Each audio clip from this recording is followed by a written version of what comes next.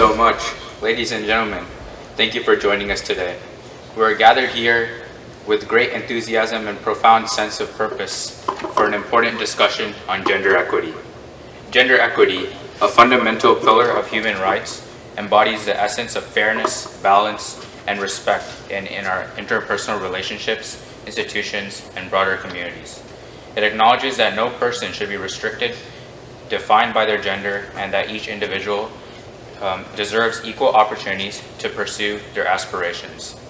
Throughout history, courageous individuals and collective moments have passionately advocated for gender equity, breaking down the walls of prejudice and inspiring future generations to continue this noble pursuit. However, even as progress has been made, we acknowledge that challenges persist, urging us to renew our dedication and strive harder towards this noble cause. Today's discussion presents us with the privilege to engage with insightful minds, diverse perspectives, and the collective wisdom of those at the forefront of this ongoing battle for equity. Through this conversation, we aim not only to raise awareness, but also pave the way for meaningful action. So with this in mind, let me introduce our esteemed panelists.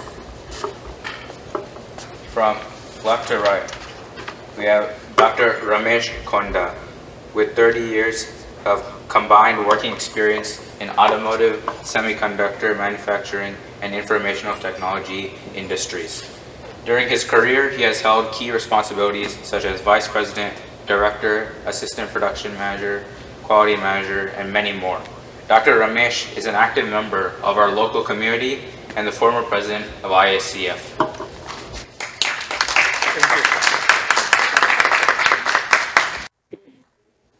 Dr. Harmesh Kumar.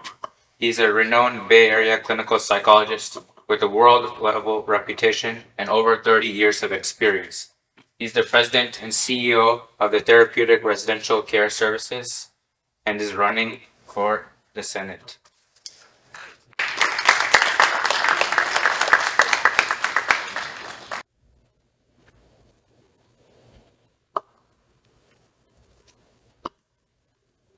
We have Connie Wascala. She's an experienced finance professional with demonstrated history of working in the biotechnological industry. She's skilled in accounting, public speaking, internal controls, and management. As the president of Bay Area Spirit Enthusiasts, Connie loves to inspire and promote youth and young adults to make a difference in our communities and national organizations through financial and volunteering commitments.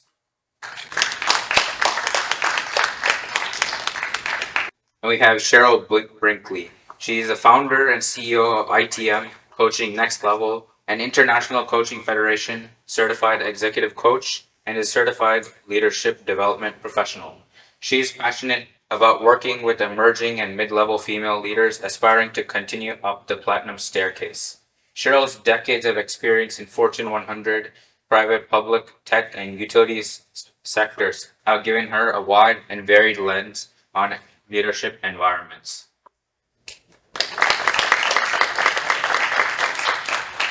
And finally, we have Dr. Ruth Young, who will be joining us shortly. She's an educator at large. She has worked in and around education for most of her career, being a classroom teacher, a school administrator, and a wide variety of responsibilities and training for aspiring teachers and entrepreneurs. Dr. Ruth came to education and childcare services with over 10 different years of industrial experience in industry, and she traveled extensively different regional offices in the US and overseas to conduct training certifications for upper management.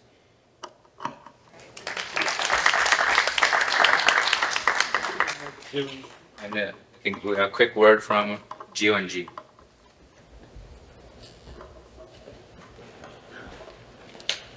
It's a delight to be here, and this actually is a very important topic picked up by Revant, and this conference is being led by Revant, and we're very proud of our youth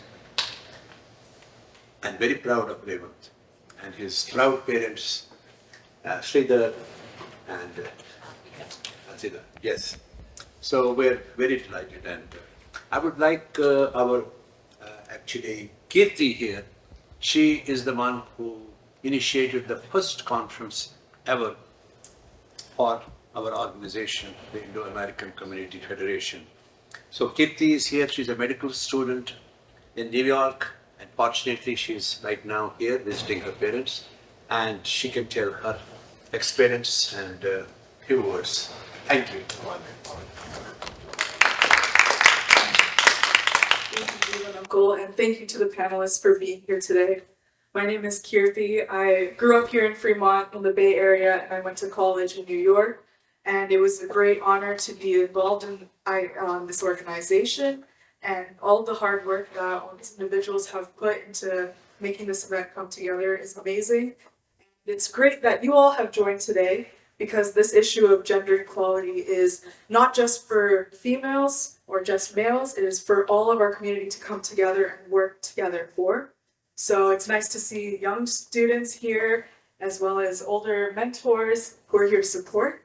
So thank you all for joining today. And I'm excited to hear what the panelists have to say. So, do you have any insights about women in the workplace from your time at PG&D, which is a male-dominated work environment?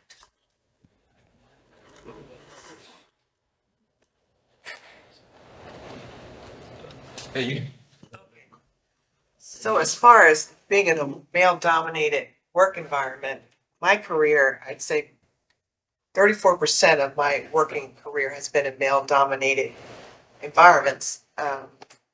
I've worked in technology with JP Morgan Chase, worked Pepsi-Cola in operations, and then the past 15 years I've worked in leadership at Pacific Gas and Electric Company.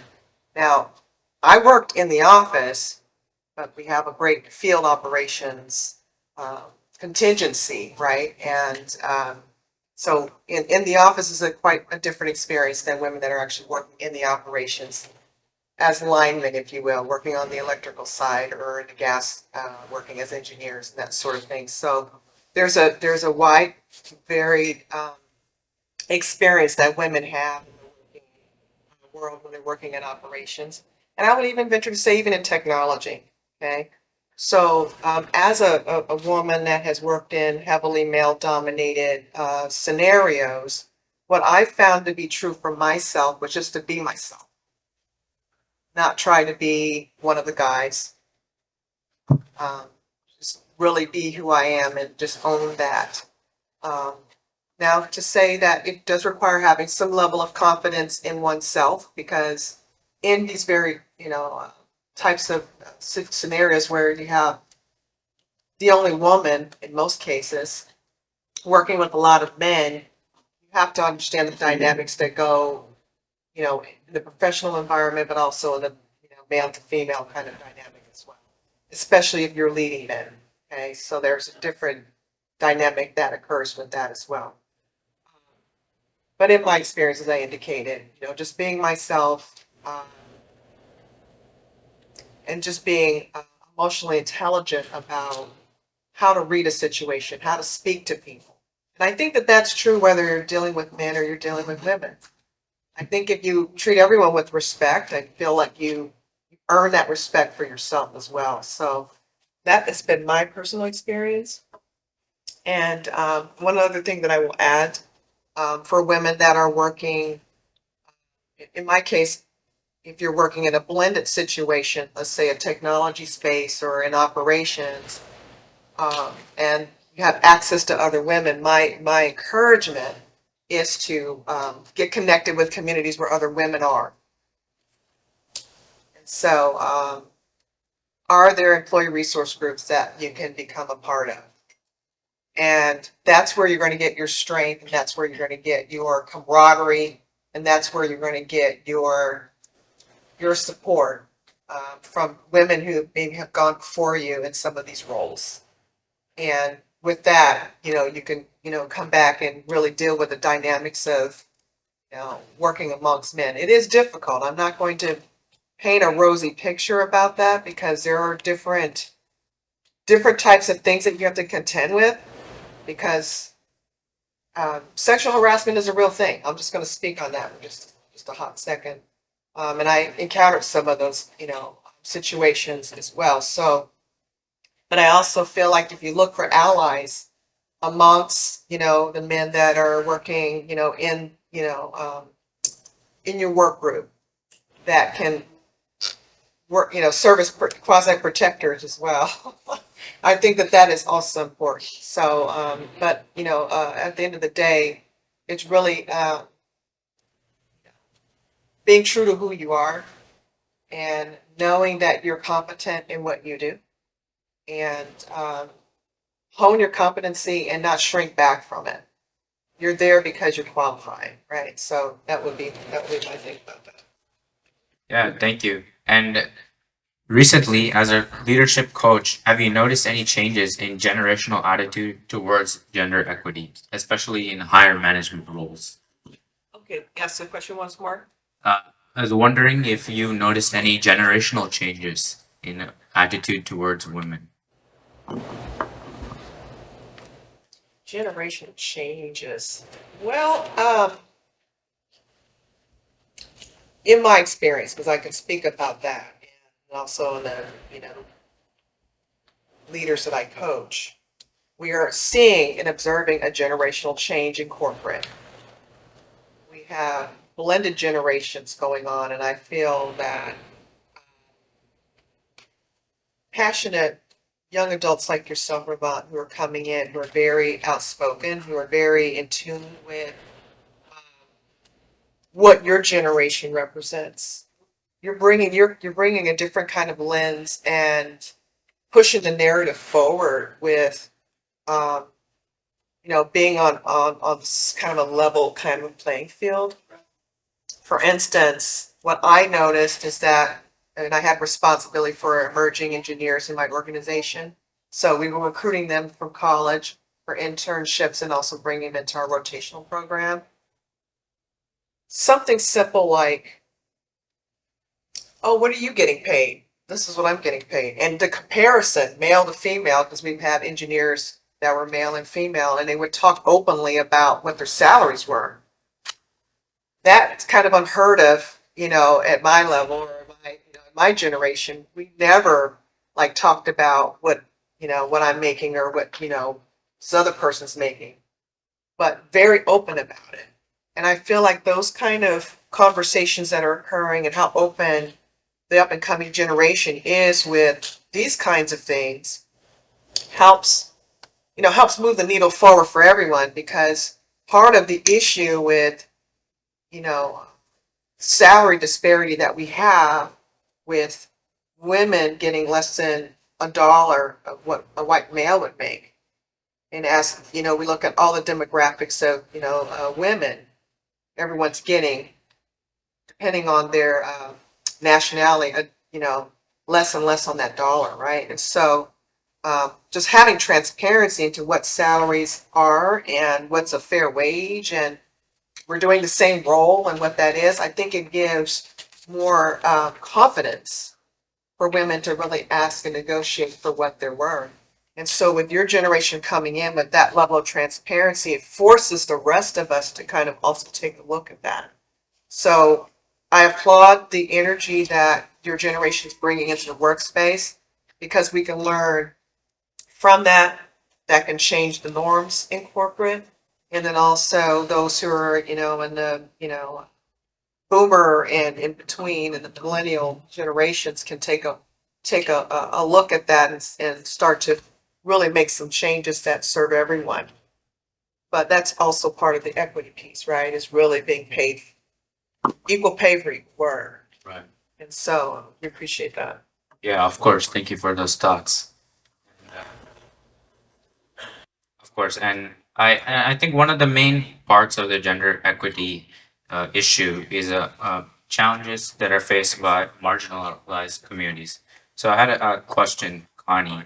I was wondering, what are some of the unique challenges faced by marginalized community within the context of gender equity, and how can we ensure their inclusion and empowerment?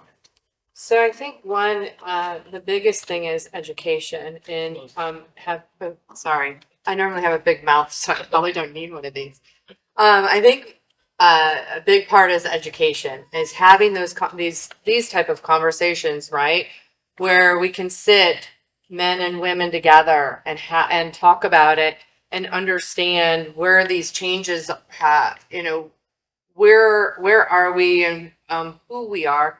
And you hit on this quite a bit of, to me, women, we're used to being in the back and not spoken. And that has changed. And I think that women having the confidence and the passion and the willingness to challenge is going to be what's important for women to continue to grow.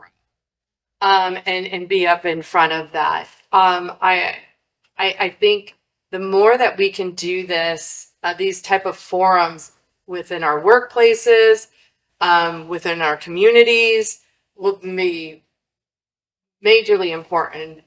We have so many generations, and each generation has been shown something has been through different. I mean, I remember a time that it was women were seen and not heard, and you were supposed to be barefoot, pregnant in the kitchen type of thing.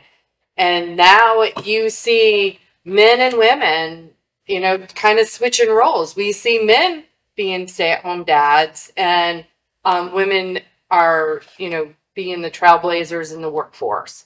And it's okay. And we're starting to learn that, yeah, that is okay for that to happen. Or the partnership is there. They're both working. They're both doing the 50-50, of home responsibilities, work responsibilities, children responsibilities.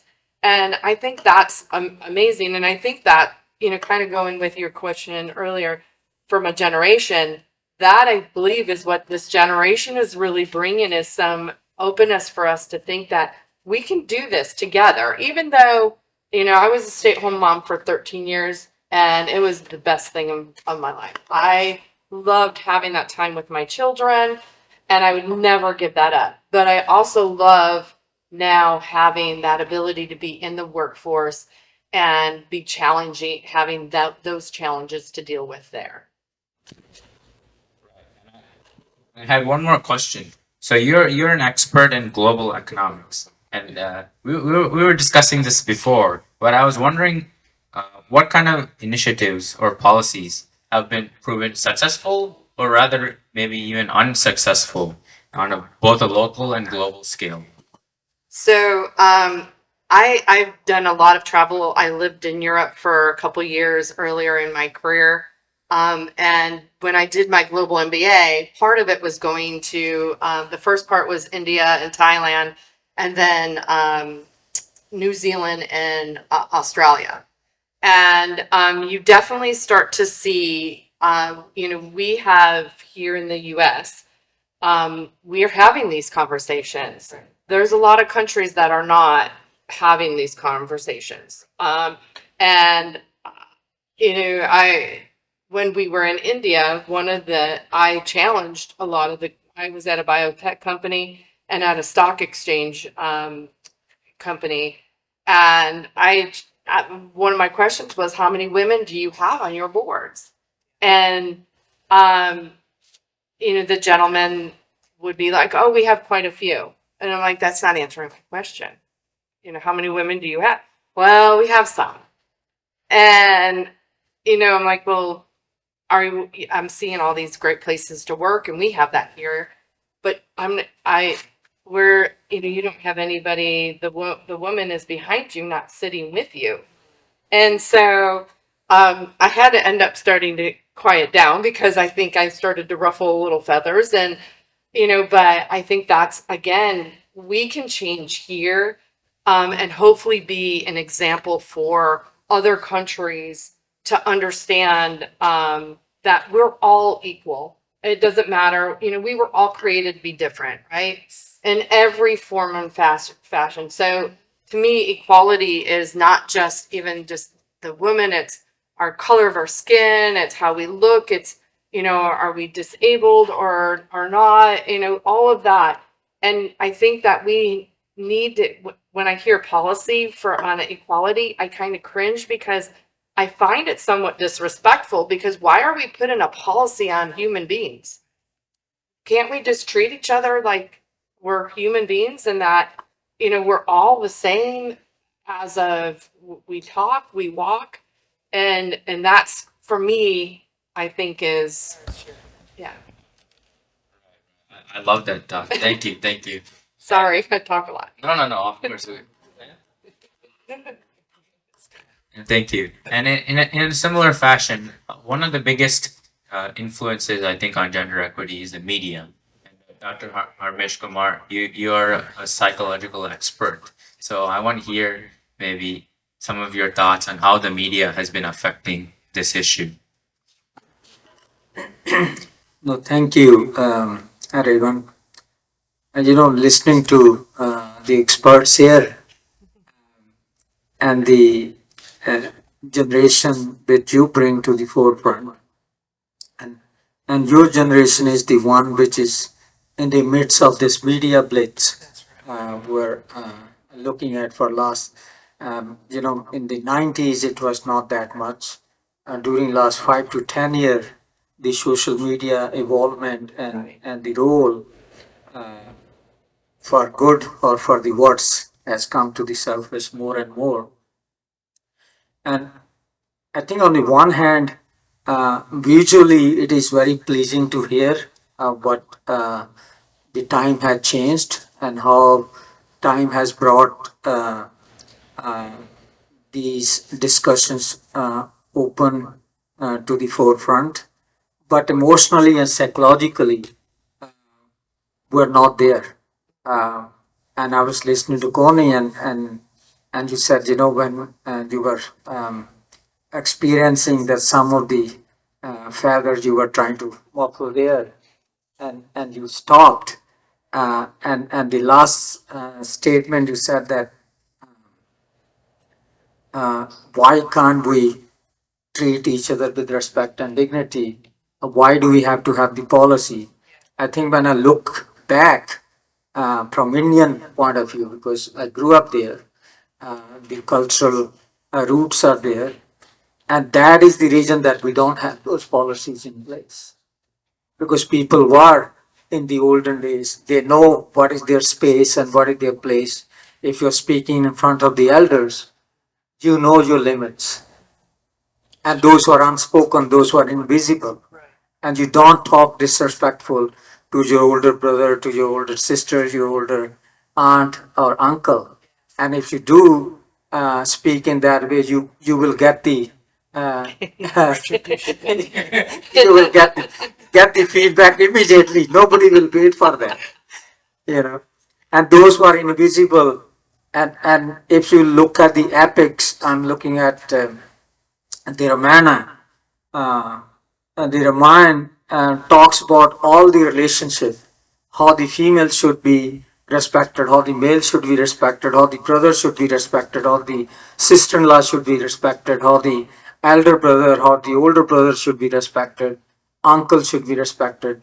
And those rules were kind of ingrained when people talk orally. And the history was translated orally, and people were talked in a very episodic manner, rather than in the what we have right now, instructional method. And sometimes these instructional methods don't work because sometimes people are not very attentive, and with this social media nowadays, and the attention span is so low and so narrow. People want to talk to you, but you are somewhere else. You're dreaming about some of the things you saw on social media when people are talking to you, and not this TikTok thing. And you have to do this within 1 minute. Yeah. And and what can you do within 1 minute? And that is creeping into the professional world. Sure is. And all these one-liner, even I work in the mental health field, and all the commercial you see on the media right now, especially on the TV, and all these pharmaceutical commercials you see, and they tell you talk to your doctor.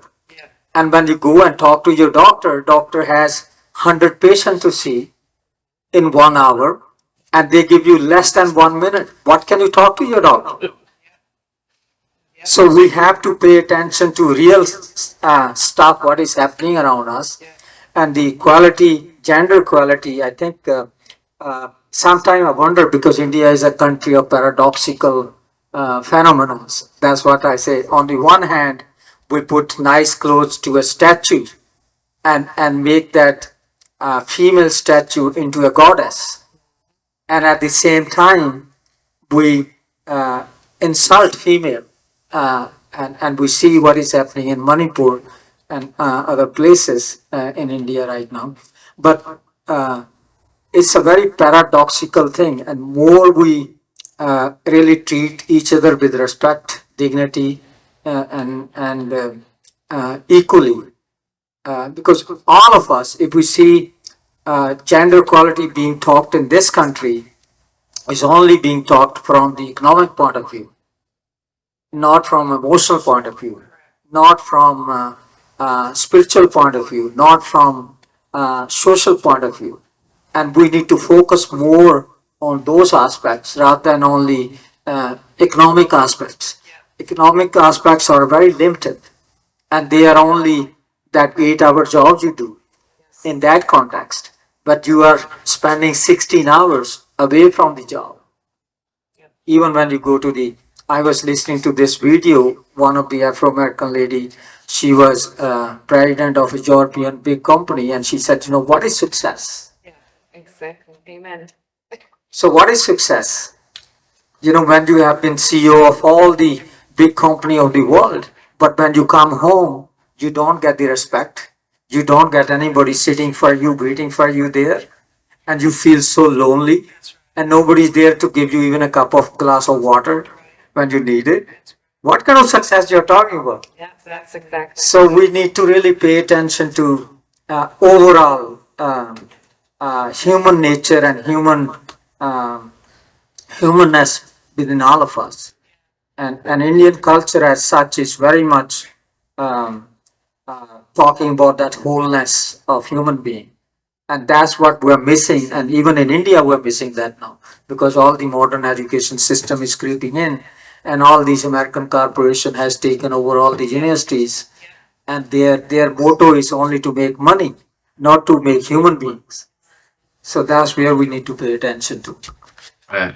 And I like the thought that you brought up about India's culture, and I was wondering perhaps do you have any commentary on how the U.S. culture has created any psychological effects that are preventing us from creating change? It's a very complicated question and politically loaded too. You can use this presentation. No, right. Beth. I know. There are many good things in American culture. That's why we all wanted to be here, and we are treated equally here. And if you have the a skill set, then there is no limit where you could go. Whereas in India, no matter how much skill set you have, unless you know somebody and you're related politically, only then you get the job. Here, opportunities are limitless. Over there are opportunities, but they are very limited, politically speaking, and also corruption and other kind of thing which are creeping into. But now with the modern privatization which is happening for last 20, 30 years, things are changing, but still, India is a huge country. India has 3 times more the population of the United States. And when you have to cater to all those people, and then the only people you see are those who could in your horizon, and then also who you are related to, who you are connected with. And the same thing happens here, but it happens in a different context. So we really need to pay attention. What we could learn from American culture is that you really need to open the space for everybody. And that's why it's called a land of opportunities. And when land of opportunity, it's no matter what kind of race you have, what gender you have, what nationality you have, what caste you have, what sexual orientation you have, the field is open to all of us. That's the good thing, and if we could incorporate that, I think world would be in genuine sense, in sincere sense, world would be a um, very good place to be. That's what we learned from the American culture. Yeah, thank you, thank you. Okay, so Dr. Konda, so I'm wondering, maybe you can comment on what role men can play in advancing gender equity. Good afternoon, everyone. First of all, and thank you, Revant. Give me a big round of applause for taking a lead here and bringing all of us together.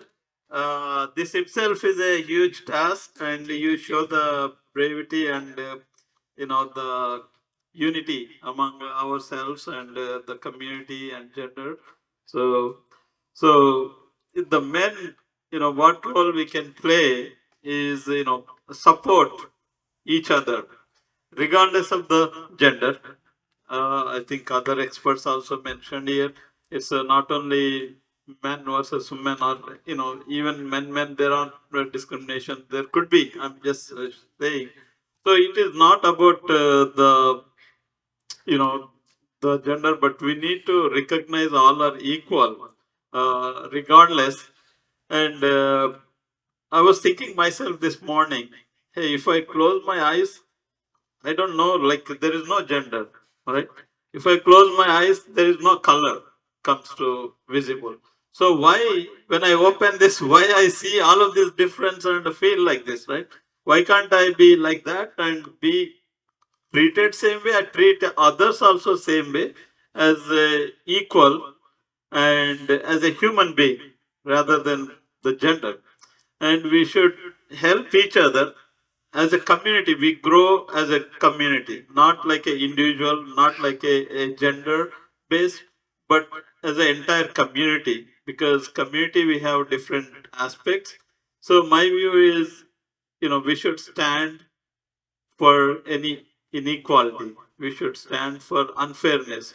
And especially, obviously, this is a known topic. That's why we are talking here today, with female being, not treated equally. So, for generations, now I think things are getting better. But it's still, there is a lot of room there. And as a men, we should be open mind and support as our family member, right? That's where I think it's all like mindset. When somebody makes mistakes, for example, in your own family, you don't feel much, you tolerate. But when somebody does that, then you have different mindset. So why that is, right? That's what we need to think ourselves. We should treat everyone as a family and help them to correct it if there is a mistake happened because of unknown reasons. So we can help them educate and make them bring up to whatever the reasonable level we can expect to be in that situation. So that's where I think everyone can play a role. Women support women, men support women, women support men.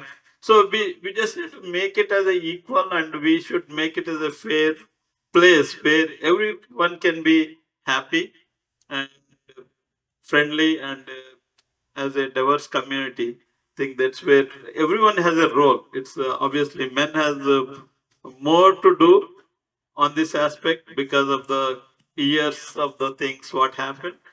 But that's my take. Like, we should be helping each other, support each other, stand for each other, and make it as a fair for everyone to be associated.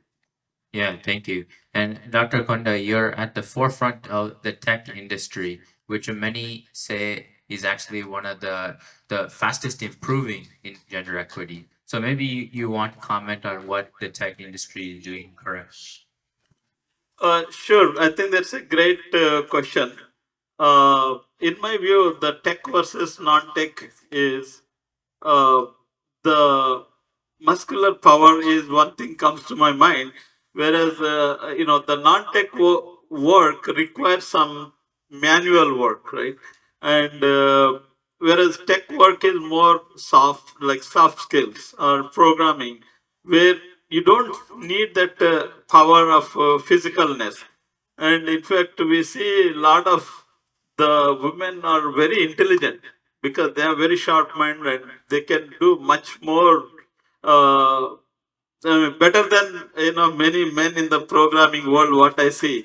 So and also with this context, uh, the non-tech is always you are need to be working physically, visibly, whereas technology you can work virtually and do the same thing. I think earlier the expert said, Kanye, I think because of the family reasons they may step back to focus on the family, which is a very disadvantage in the non-tech because where your physical presence is required. In the technology world, the physical presence is not required. It's a work, what is delivered. So women can stay home or take care of the children and family. Still, they can exceedingly work better than men. It's a more intelligence, right? That's where I think I see yeah, multitaskers and women are really critical thinkers. They're not like instantaneous. They are very strategic. They think more from the family perspective. They think from the community point of view, and lot of things I see very appreciative of them.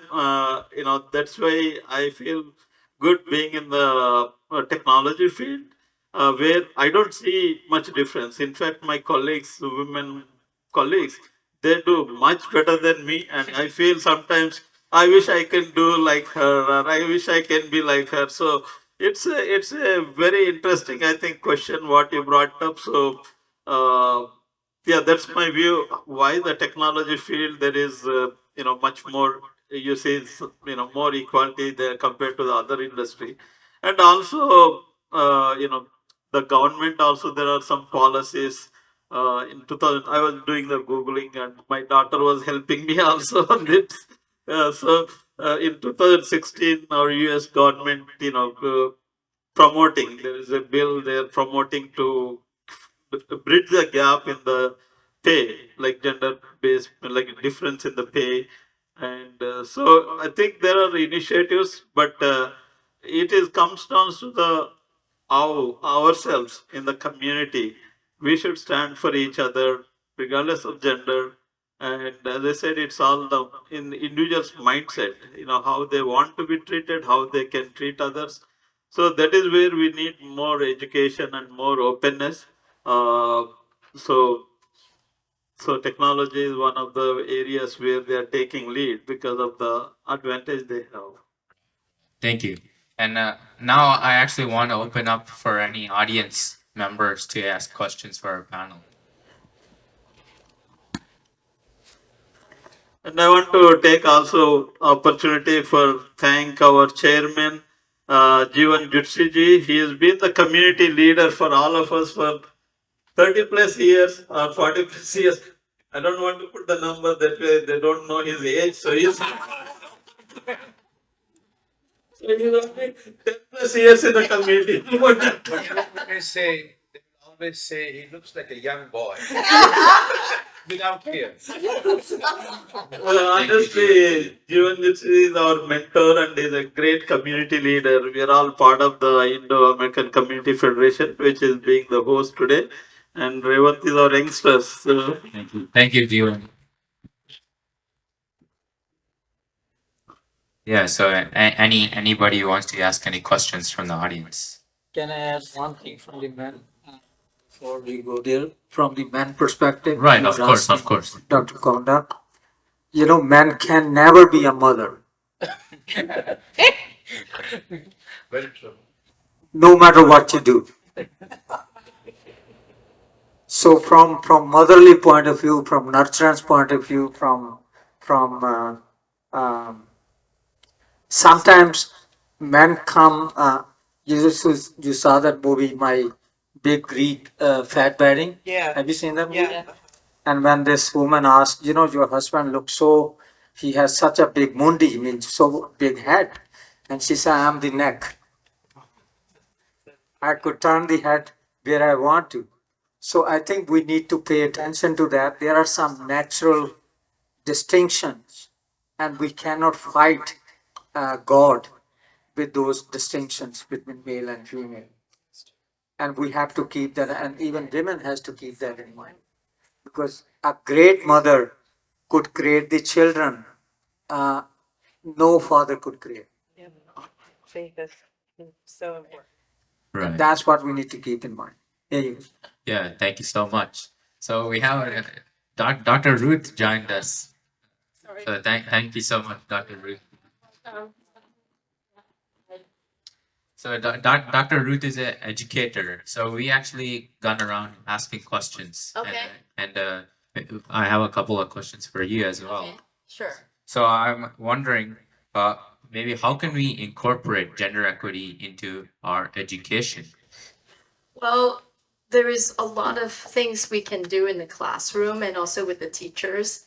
Actually, when we look at studies as young as 3 to 7 years old, they already kind of know about, their gender thing, and they could develop some biases along the ways. So early childhood it should start in the early childhood time, which is the first 5 years. So what we could do is really, it's going to be respect for fairness in the classroom. That's very essential. I think it starts with the instructor, the teachers. They have to have a mentality that whether it's a boy or a girl, they're all the same. It starts with that. So we do have, like in our school, we have in our staff development, we emphasize that even in our meetings, that we don't treat girls different from boys or boys different from girls. So it starts with the instructor, because sometimes they don't really know that suddenly they have some biases. They'll say, boys, you cannot cry, and then that kind of knock them off with, they can't be emotional, they can't be, have feelings. Or they will say, girls, you can't do this, you can't do that, you should play with their girls' toys, or that sort of thing. So suddenly that could be, that kind of society instill bias in children because they were in maybe in the homes or maybe the culture. They've got that instilled in them. So in the classroom, we will help with making sure that everything is equitable, be it toys, be it resources, boys and girls, there's nothing different. We give them equal opportunities to interact, to respond. We don't ask only boys questions, we also ask girls questions, and we also praise the girls for responding, giving them equity in terms of, developing their confidence. I think that's really important. So there's a lot of things I can go on and on. I don't know how much time. I mean, there's so many things you can do.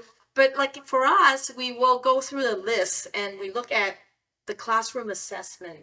What are things that, be it toys, be it the way we teach, be it the curriculum, what is it that promotes gender equity? Of course, it starts with the respect first, the belief that everybody's equal. That's what I'm saying. Of course. Thank you so much, Dr. Ruth. Actually, I went to her after school throughout elementary, so she's my teacher as well. Thank you. And Anaga is still. Yeah, my sister still goes. So of course. You are the real example. Thank you. She's doing great. And Dr. Ruth is also a small business owner, and I am wondering, are there any ways that small businesses can help promote gender equity without the same resources that big companies have? Well, I think it starts with, like, for instance, you will see a lot of preschools or after schools. I mean, more preschool. They don't really want to hire male teachers. I think a lot of times you do want to be understanding that males can be in the role of a caretaker. They could be a preschool teacher or an infant teacher. As a matter of fact, I will tell you, one of Ohloni's best instructor for infant and toddler program is a male teacher, is a male instructor. And so I will say first starts with your hiring. You want to hire equitably. You want to give equal opportunity, not saying that, oh, because it's a care thing, you care about children, so it's only a female role. I know some of our parents, they'll come in and say, I think I would prefer my daughter to be with a with a lady teacher. But I think, like Mr. Christopher, we've got three males in our very, I mean, equitably speaking. We've got Mr. George, we have Mr. Christopher, we have Mr. Jeffrey. We give them equal opportunity. I think with that hiring part starts with that, not just discriminating that, oh, this is this field of education, we're dealing with children or young children, so it's only females should be in the role. I think children needs to see male teachers too, that they can be very caring. As a matter of fact, Christopher is very caring. He's so caring. He's more caring than some of my female teachers. So, no discrimination. I think from a small business standpoint, it starts with who you use and bringing in equitably the different sexes and not saying only certain sex do certain things, giving them equal opportunities for all the different positions we have. I'll start with that. Yeah. Right. Thank you. And so I'd like to open, of course, again to audience questions. I think you had one.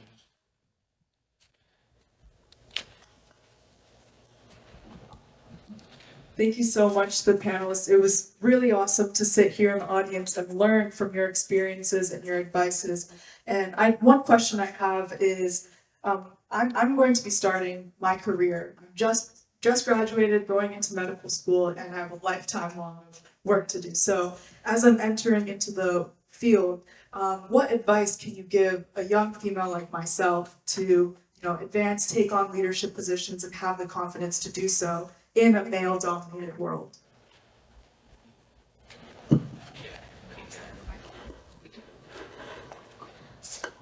I can respond. I think don't even think that it's a male-dominated world. Just be yourself. I've my PhD is really in the sciences, and when I'm in my class, it's mostly males.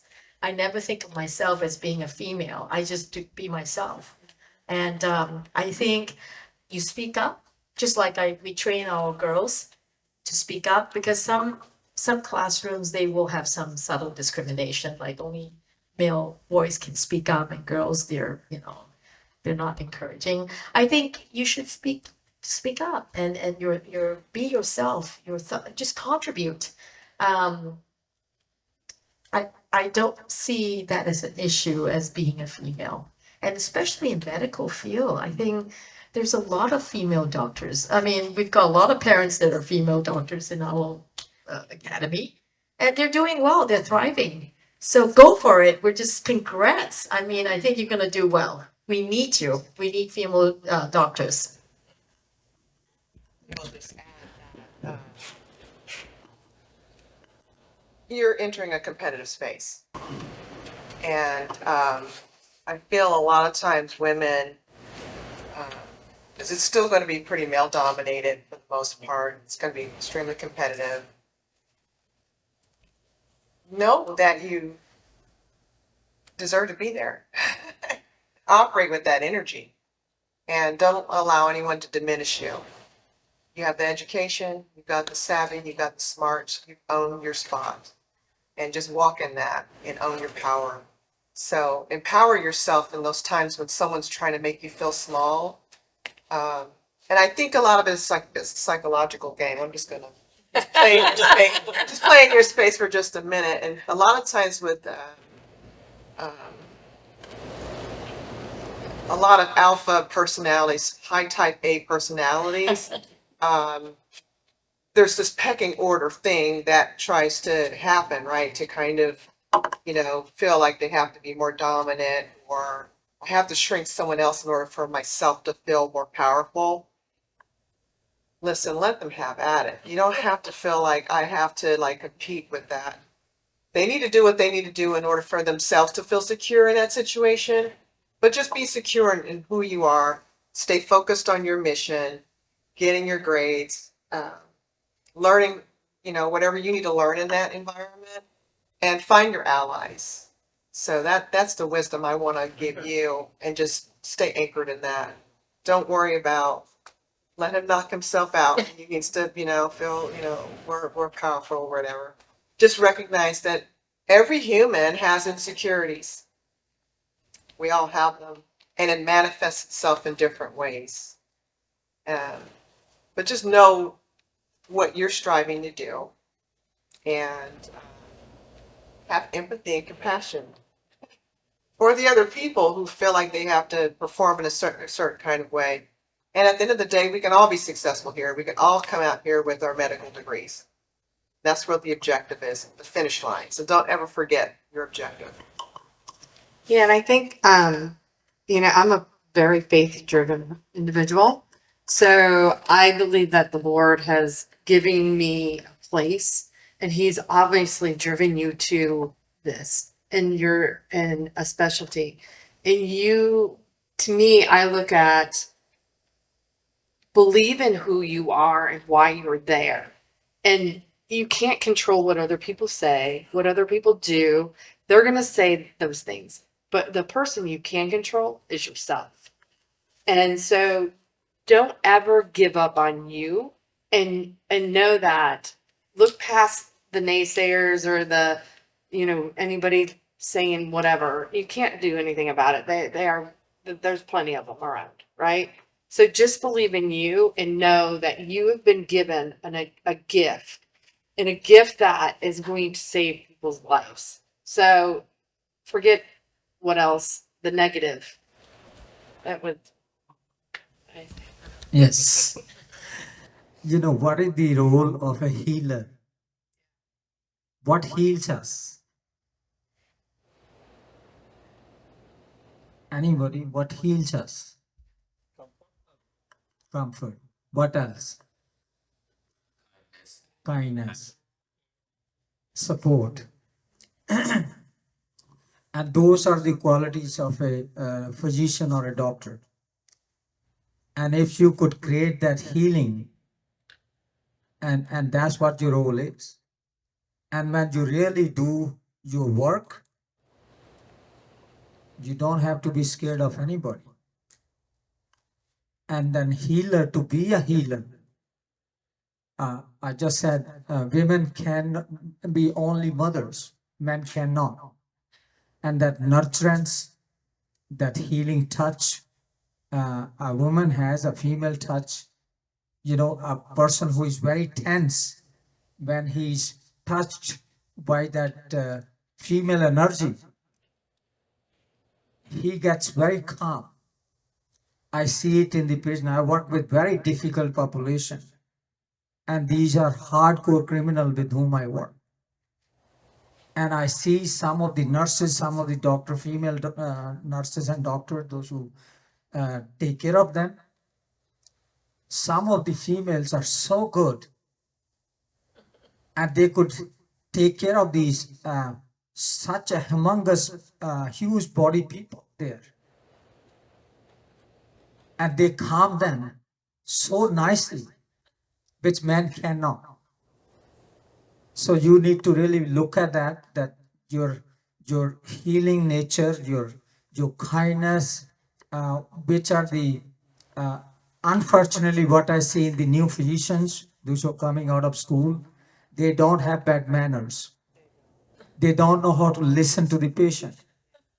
When they are with the patient, they look at their laptop screen, and the patient is looking at them. Doc, what are you looking?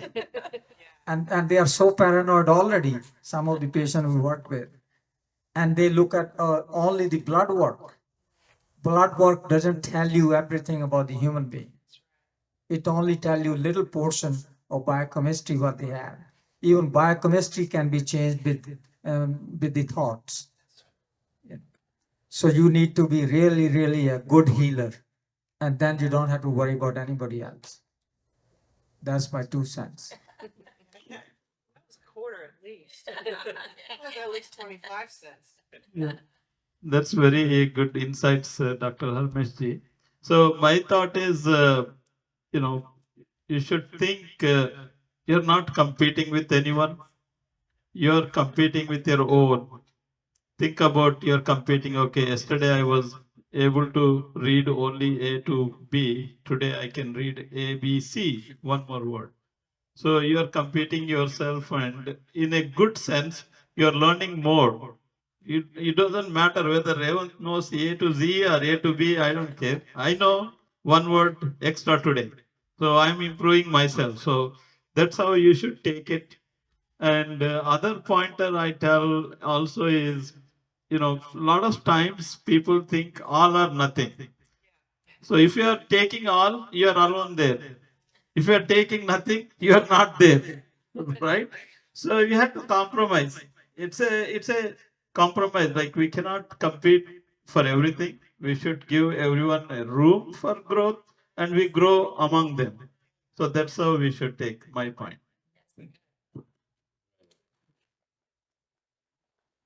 Yeah, thank you, thank you. Those are some beautiful answers. Not too much to add, but I'll say, anytime you should also remember that people like me look up to people like you. So just remember that.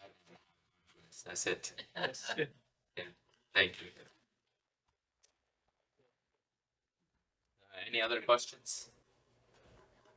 I think I should ask. Of course. Not a tough question.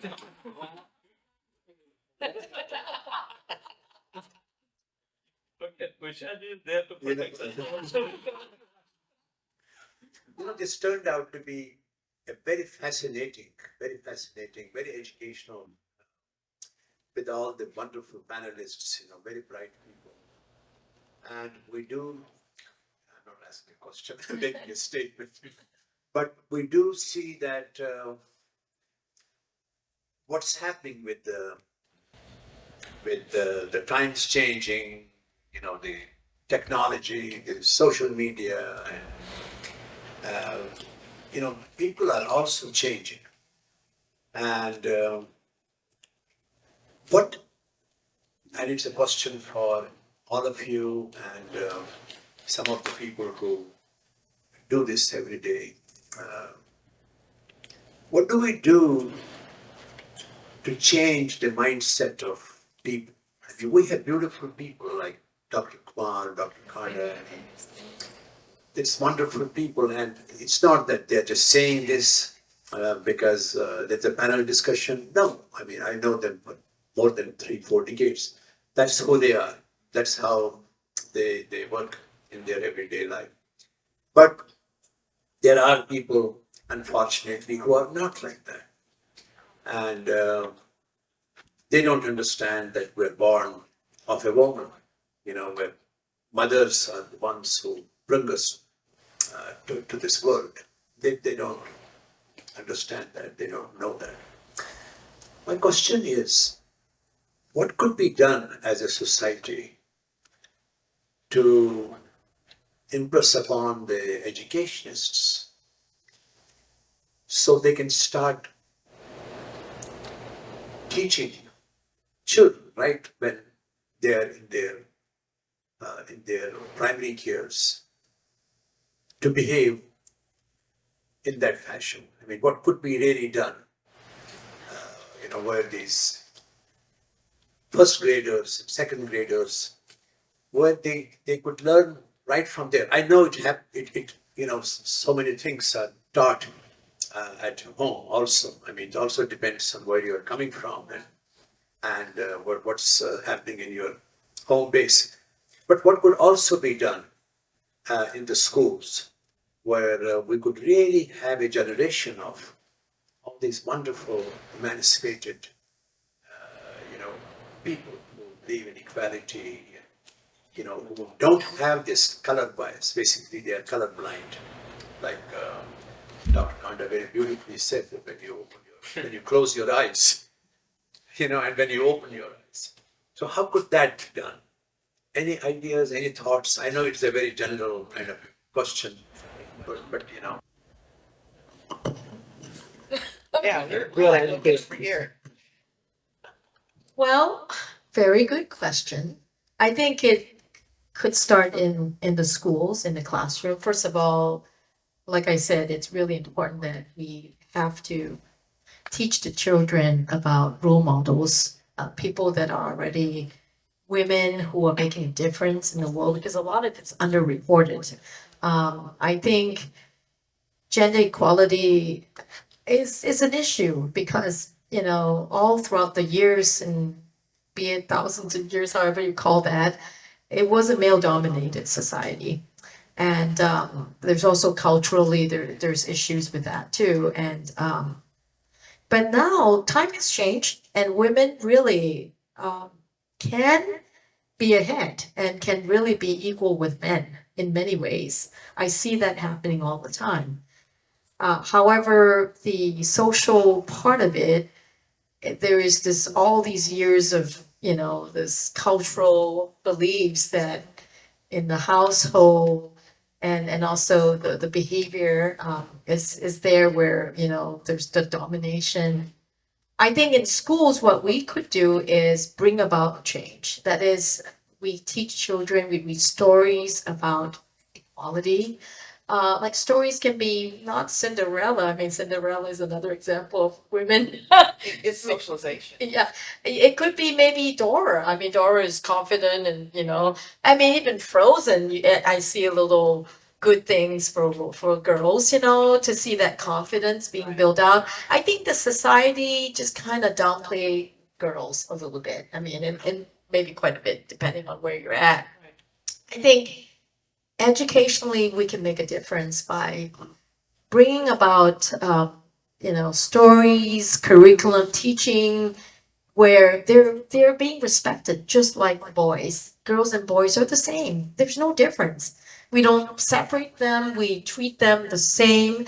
We give them equal opportunities, be it jobs. Now, can women be, you know, doctors, firefighters, you know, first responder? Yes. Police too. I mean, we all think that, okay, that's a male dominated field, right? Can they be engineers? Yes. My nieces and nephew, two of my nieces are, I won't say Stanford, but they're doing engineering right now, right? So we go for it, girl, go for it, right? So I think women brings a lot to the table. We look at the real skill set. But society looks more into this, okay, you're male, you're female. That's really unfortunate. I think in the classroom, we can do something really different and help them understand the world is out there. You do whatever you want. There is no limit to what you want. I think that's what education should give them, is that they can develop their skill set and pursue it like any boy or any man and still be able to get that. I mean, we need to instill confidence in girls. So there's just, you know, educationally, I think the role models of a teacher is important, not discriminating. Okay, you're a girl, you're a boy. Or nowadays, there's also this trans thing, and we're very, very, very, very, very sensitive to that. So teach them they can be who they want to be. Give them the skills, give them the tools, give them the foundational skills. Go for it, you know, and the encouragement and support to build their confidence. I think for girls, a lot in the classroom at a young age is the confidence.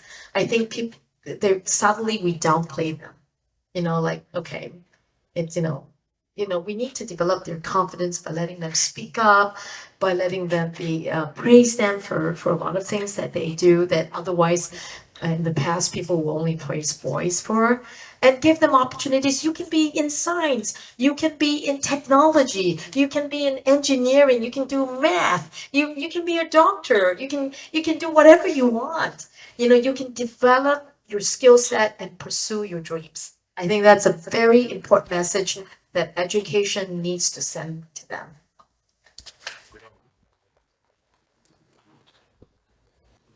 Real quick, do you mind? Yeah, of course. So I've coached high school cheerleading for the last 15 years, all girls mostly. And the last few years I've had some boys come. And one thing that I will say is, and I'm glad you said it first, is that it really needs to start at home. And I can't tell you how often I bring the parents in to have a conversation on these type of things. And I've had girls who are cutters, I have a young man who is, he's a black young man who is a cutter. And he asked me, he's like, can I order a skirt? And I was like, absolutely, you sure can. You can have whatever you want. And the other coach was like, well, wait a minute. And she's also black. And she was like, but you're going to be teased and you're and all of this. And he looked at her, he goes, I don't care what people say. He's like, I'm going to do what I want to do. And I'm like, I love you. And I think that it's really important to get the parents also involved and then for our education system to continue teaching that. I also think that there's a lot of young men that are also need that confidence boosting too. So when we talk about that, I see that there's young men that also need to have that encouragement and know how. Sorry, I didn't mean to steal the mic from you. Of course, I was going to say something along the lines, and I think a lot of times we look to kind of control what's going on, and you try to put forth a certain way of teaching or something. But I think one of the most important things is not only we teach what's right, but we also teach how to deal with the wrong. And I really like that anecdote you brought up because I think that young man has a lot of confidence and he's been taught the right way how to deal with people that perhaps don't agree with him. I think that's why we have the bully part of it, because they're being a bully because they don't know how else to act and to show their feelings. And they were taught only don't cry like a girl, don't act like a girl, don't throw like a girl. You hear all these things, right? And it's like, whoa, wait a minute, we're not being that's not the right way to talk to anybody. And so I think that recognizing that it's even men have that lack of confidence and that withdrawalness, and teaching them to have that. So I think that having that on an equal level from an early age on up is extremely important. What you just said about the cutters, that's what I see most of the time in my practice.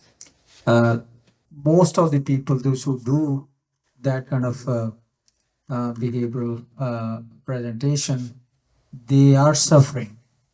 They have been traumatized, and they have been. But the way we deal with trauma in the society we just blame them for their behavior rather than understanding where they're coming from.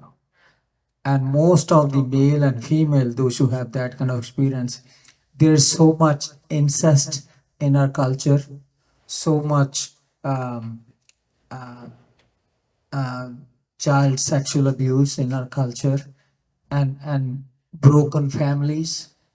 They take a toll on children. The divorces and stepdad, stepmom coming into pictures. They don't have the stepdad doesn't have the same kind of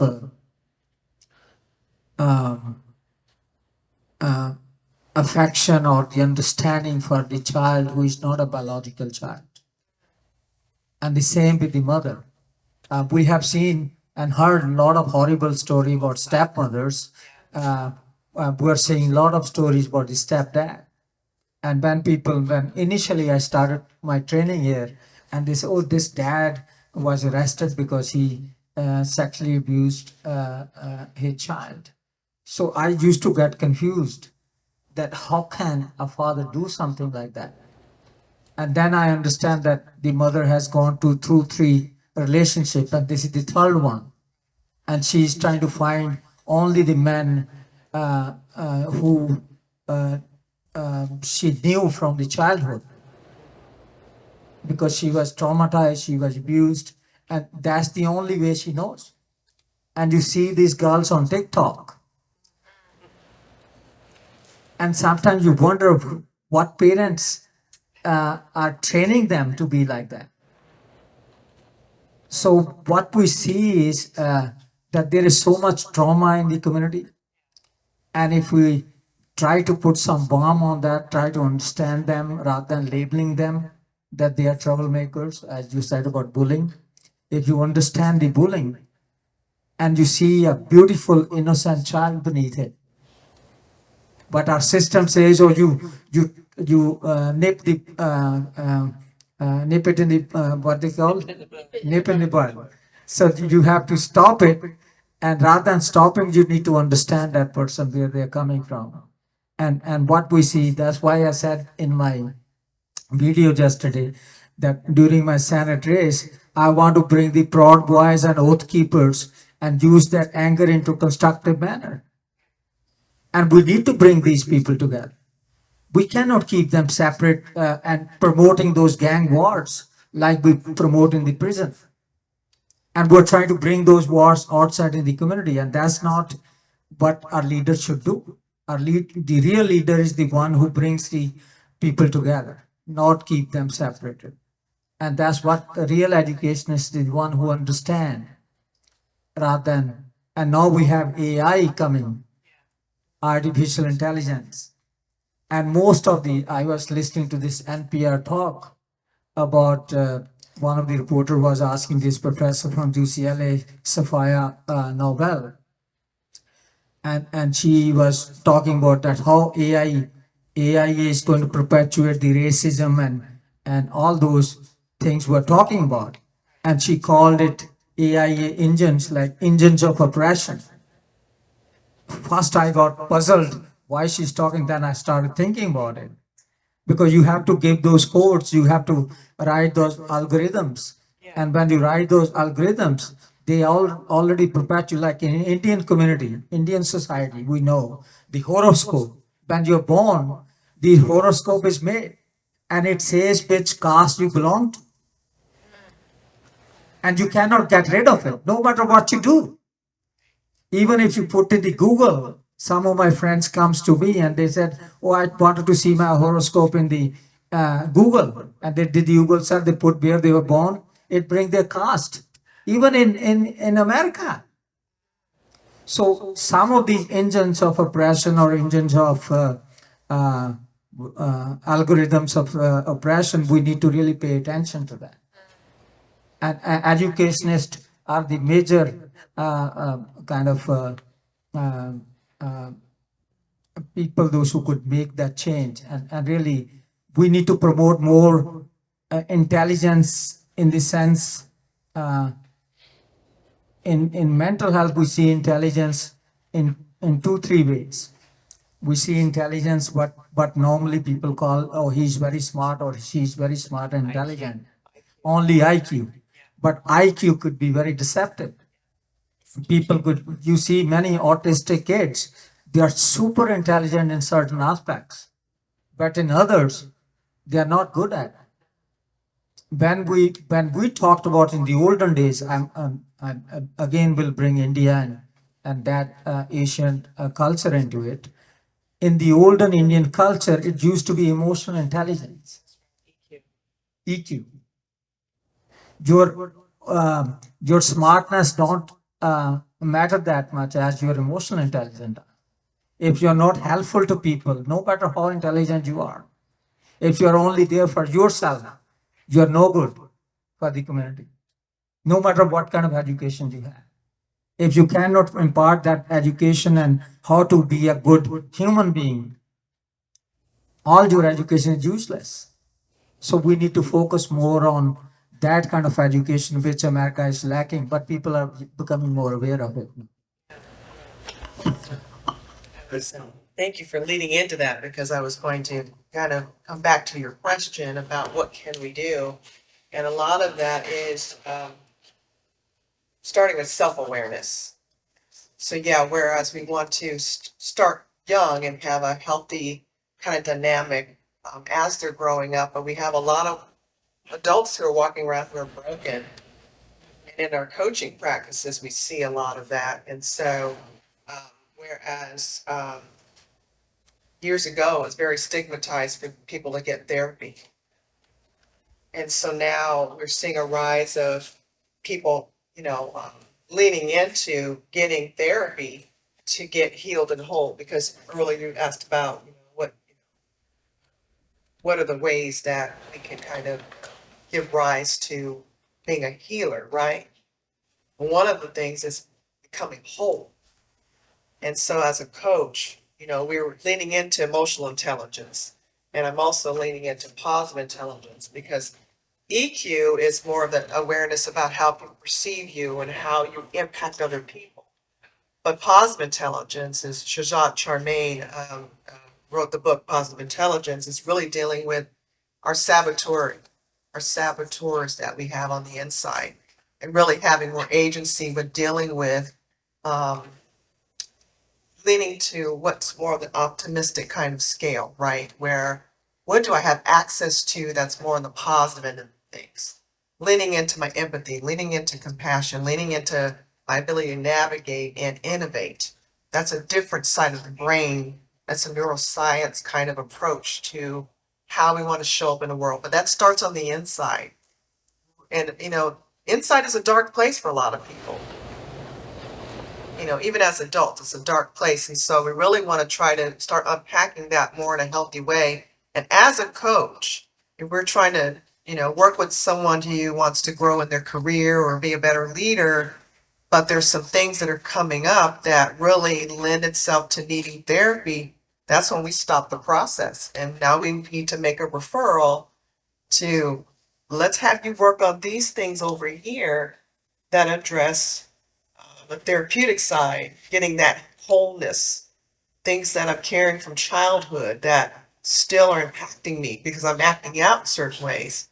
And then when that's taken care of, we can come back and resume this, or maybe in parallel, just knowing that there's a boundary where we need to have you working on these things over here, and then we'll work on, your leadership or whatever that development is on this side. But I love the fact that you talked about those domains, because a lot of times they're walking around with this, my IQ and where I went to school and all these things. That's all external stuff. That's keeping it out here.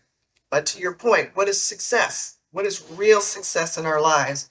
Is really being happy and whole and having, the joy, right, in our lives and being in touch with that. And how do I get back to that? And so I think that that's really the quest here that your question is raising. And that's why we see a lot of pain in the world. People they're disconnected from it. They're disconnected from it. And also the pandemic showed us that too, right? When we all had to come and get sheltered at home. and you really got to see, this is my life, right? And you're disconnected from that. And so getting reconnected with ourselves and connecting our head and our heart together is really the thing, because a lot of us are operating from a neck up position. We're not in touch with our own feelings. We're not in touch with what's going on somatically within our bodies. And so that's the thing, is really getting more in touch with who I am as a being, because that's what you talk about. Yes. Right? That's what you talk about. Being in touch with me as a being and not just a doer, right? So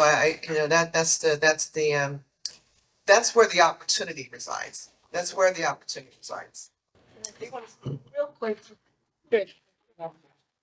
So I see some parents here. I think like the other day we were at a table with all the teenagers and they're communicating with texting each other even within the table. So it's a problem with technology. And I think with parents, you've got to have, if you can have dinner time, lunch time, but the rule should be no smartphones, please. They have to really connect with each other. They have to really talk. I think the biggest problem with technology today is that people are not connecting with, they don't talk. And that is a problem. It could be a mental big issue. People have to talk. Our little ones, we tell them, you need to use your words, not, So the boys sometimes do that. The girls do that too, I'm telling you. So we've got to talk. We've got to talk respectfully. So that's my comment. Technology has really been, I think with AI, it just makes EQ even more important. pretty much. I mean, in the future, it's all about how do you deal with each other? How do you work with each other? How do you behave with each other? How do you communicate with each other? And that's more important because you can go and find anything. I mean, Asians all think about how important academics are. My goodness, you're looking at the world where I think this emotional, restraint and boundaries and being able to communicate in a very positive way and with each other, not with technology, excuse me, is getting more and more important nowadays. Yeah.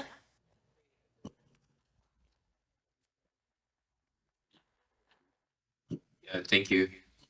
Any other questions? Or? Sridhar. Put him on the spot. You're the dad. It's your turn. Question. The only comment I would add is it's a wonderful visit. You're asking for more. Honestly, I also went to school. I did my PhD. Then it really doesn't matter, right? So in this context, I mean, so thank you so much. You said it so beautifully, actually. It doesn't really, end of the day, it doesn't matter. You can have $1 billion in the bank, but you're suffering. You're hurting. And what really matters is, what you give back to the society, what you give back to yourself, to your inner self, which is extremely important. Because honestly, we are disconnected. Yeah. We truly are disconnected. That's why we have all these. That's why we have Dr. Harmesh Kumar. He's gonna save us. And also, hopefully, Raymond also captured a lot of the story. Rivan. And we did tomorrow. So Yes, absolutely. Wonderful. Such a pleasure to be here and hear from all of you, and it's such a wonderful thoughts. And I think that's a beautiful way to end this conversation. I just want to thank you all for being here one more time, and I really appreciate the presence, and I hope you guys learned as much as I did from this fruitful conversation. Thank you.